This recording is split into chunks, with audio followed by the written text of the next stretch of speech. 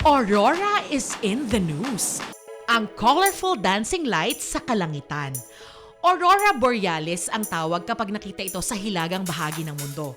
Aurora Australis naman sa timog na bahagi. Matagal na raw pangarap ni Kiara na makita ito.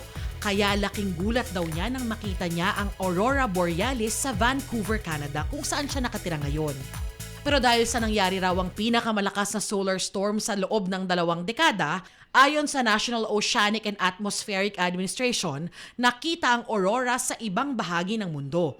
Sabi ng Pag-asa, maaari raw itong makaapekto sa satellites na nakadeploy sa space at sa ibang uri ng teknolohiya. Pero wala naman daw dapat ipag-alala dahil sa ngayon, walang nakikita ang Pag-asa na direktang epekto nito sa Pilipinas.